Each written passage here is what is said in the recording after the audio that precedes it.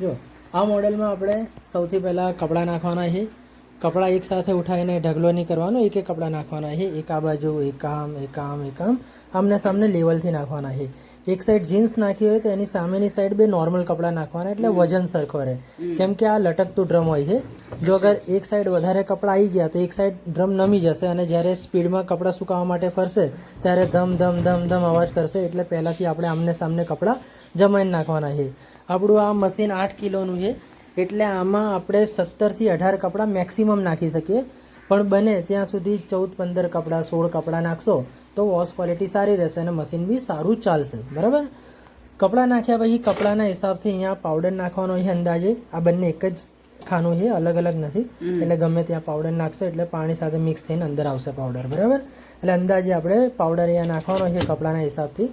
પછી પહેલાં પાવરનું બટન દબાવશું એટલે મશીન ચાલુ થશે, અને પછી ખાલી આ સ્ટાર્ટનું બટન દબાવવાનું. ખાલી પાવર અને સ્ટાર્ટનું બટન દબાવશું એટલે કપડાના વજનના હિસાબથી મશીન નક્કી કરશે કે એને કેટલું પાણી જોઈએ, કેટલો ધોવાનો ટાઈમ જોઈએ, કેટલું તારવવાનું, સુકાવવાનું, બધું મશીન જાતે નક્કી કરશે કપડાના વજનના હિસાબથી. તો કોરા કપડાં જ નાખવાના છે. બરાબર. જેવું આપણે પાવરને સ્ટાર્ટ આપ્યું એટલે મશીન અંદર ફરવાનું ચાલુ થઈ ગયું. અચ્છા. બરાબર. અંદર ફરે છે મશીન. મશીન અંદર ચેક કરે છે કે અંદર કેટલો વજન છે. એ પ્રમાણે અહીંયા ટાઈમ સેટ કરશે મશીન. અને જેવો અહીંયા ટાઈમ બતાવશે એના પછી મશીન પાણી લેવાનું ચાલુ કરશે. બરાબર. આપણે હવે નળ પ્લગ બધું ચાલુ જ રાખવાનું છે. એ ટાઈમ બતાવશે પછી મશીન પાણી લેવાનું ચાલુ કરશે.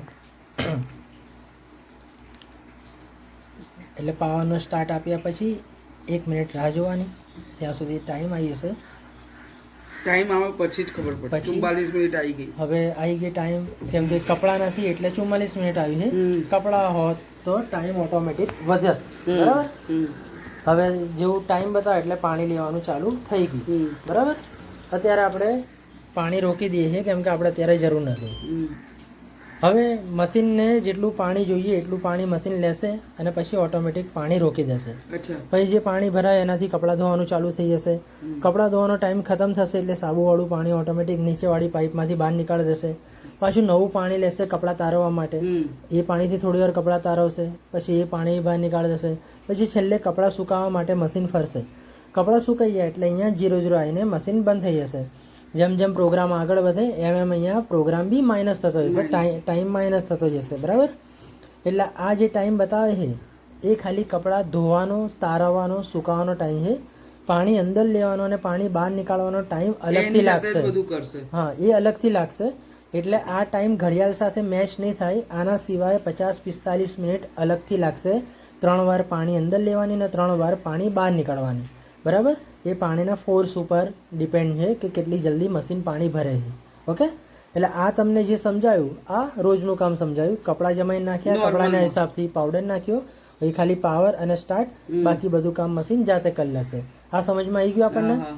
હવે આ બધા પ્રોગ્રામ શું કામ કરે છે કરશું એટલે અહીંયા નોર્મલ ઉપર લાઇટ રહેશે. અહીંયા પ્રોગ્રામ ચેન્જ કરવા માટે આ સાયકલવાળું બટન છે, આ બટન દબાવશું એટલે પ્રોગ્રામ ચેન્જ થશે. અહીંયા AI વોશ ઉપર આવ્યું. AI વોશ એટલે અંદર સેન્સર આપેલા છે જે કપડાની ક્વોલિટીના હિસાબથી મોટરની સ્પીડના RPM ઓછા વધારે કરે છે અને પાણીના TDSના હિસાબથી જે તારવવાનો પ્રોગ્રામ છે એનો ટાઈમિંગ ઓછો વધારે કરે છે.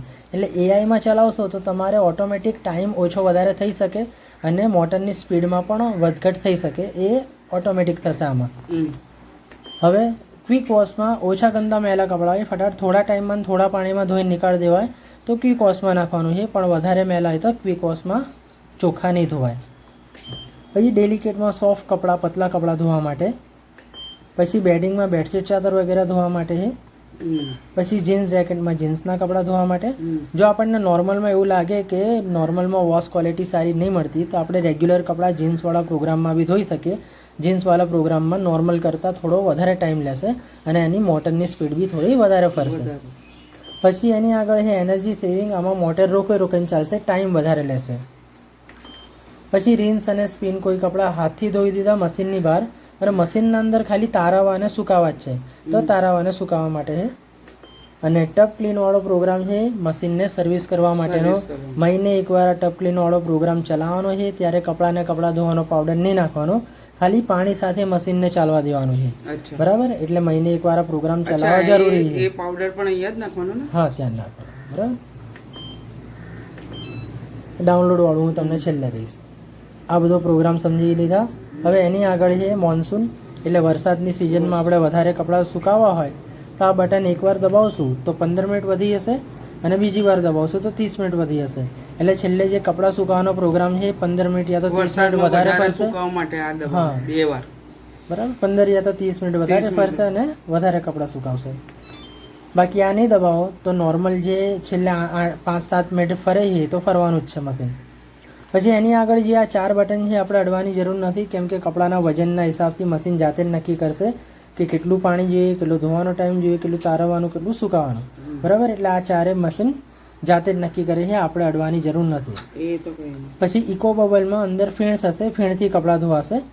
એના માટે આ વાળું બટન દબાવવાનું છે અને પછી સ્ટાર્ટ આપવાનું છે. પણ ઇકો બબલમાં એટલા વધારે ફીણ થશે નહીં, એટલે આમાં આપણે 4 kg સુધીના કપડાં ધોઈ શકીએ, એટલે મતલબ કે 7 થી 8 કપડાં ધોઈ શકીએ આપણે.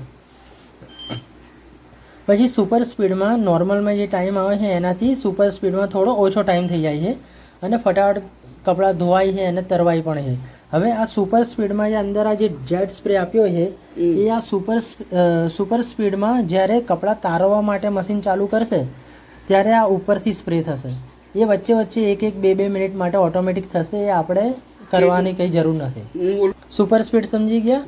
હવે આ ડીલે એન્ડ છે. ડીલે એન્ડમાં 1 કલાકથી લઈને 24 કલાક સુધીનો ટાઈમ છે. જેટલા કલાક પછી મશીન ચાલુ કરવું હોય એટલા કલાક અહીંયા સેટ કરવાના, કપડાં નાખીને રાખવાના, પાવડર નાખીને રાખવાનો, નળ પ્લગ બધું ચાલુ રાખીને સ્ટાર્ટ આપશો એટલે 8 કલાક સેટ કર્યા છે તો 8 કલાક પછી મશીન પાણી લેવાનું ચાલુ કરશે અને કપડાં ધોવાનું ચાલુ કરશે. ત્યાં સુધી એમનેમ જ મશીન પડ્યું રહેશે. બરાબર, એટલે એલાર્મ ટાઈપનું છે. હવે આ બધા પ્રોગ્રામ પતી ગયા. હવે આમાં આપણે ખાલી લીલા કપડાં છે ને મશીનના અંદર નાખીને ખાલી સુકાવવા માટે નાખવું છે. તો શું કરવાનું? તો મશીન પહેલાં ચાલુ કરશું. એના પછી આ જે સ્પિન લખેલું છે, સ્પિનનું બટન આપણે 3 સેકન્ડ દબાઈ રાખશું એટલે અહીંયા ખાલી સ્પિનનો પ્રોગ્રામ સિલેક્ટ થઈ જશે. 12 મિનિટ આવી ગઈ, ખાલી સ્પિનનો પ્રોગ્રામ સિલેક્ટ થઈ ગયો અને હવે સ્ટાર્ટ આપશું એટલે ખાલી કપડાં સુકાવવાનો પ્રોગ્રામ ચાલુ થશે. બરાબર, આમાં બધા પ્રોગ્રામ